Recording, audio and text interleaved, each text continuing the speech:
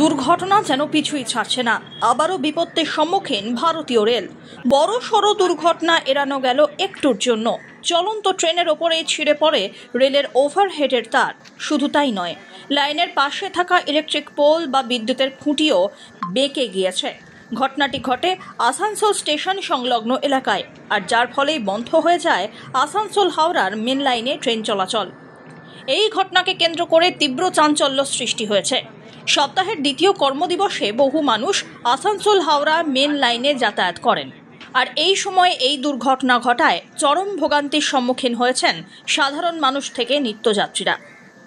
এদিন আসানসোল স্টেশন থেকে Howrah Bikaner express train ছাড়ার পর হঠাৎ করে একটি বিকট শব্দ হয়। সেই শব্দের তীব্রতা এতটাই বেশি যে রীতিমতো আতঙ্কিত হয়ে পড়েন যাত্রীরা। হুড়মুড়িয়ে লাইনের উপরেই নেমে পড়েন তারা।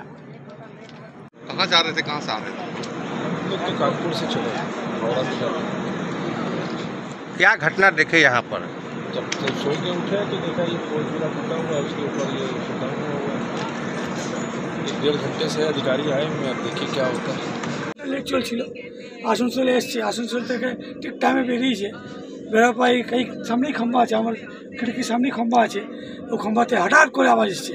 তো আমরা ভাবলাম হয়তো কোনো অ্যাক্সিডেন্ট হয়েছে, কিন্তু দেখলাম না, খাম্বাতে তারটা টুটে ভেঙে এই বগির উপরে ছাড়া হয়ে গেছে। কোথা থেকে আসছিল ট্রেনটা? আসছিল বিকানের থেকে। কি নাম আছে ট্রেনের? হ্যাঁ, ট্রেনের নামটা? ট্রেন নাম হচ্ছে বিকানের হাওড়া। যদিও ঘটনার খবর পেয়ে ঘটনাস্থলে এসে পৌঁছে যান রেলের উচ্চপদস্থ আধিকারিকরা। ঘটনাস্থলে পৌঁছন রেলকর্মীরাও। কিভাবে এই ঘটনা ঘটল তা খতিয়ে দেখা হচ্ছে। শুধু তাই নয়, যুদ্ধকালীন তৎপরতাতে পরিস্থিতি স্বাভাবিক করার চেষ্টাও করা হয়। Bureau report, one India Bangla.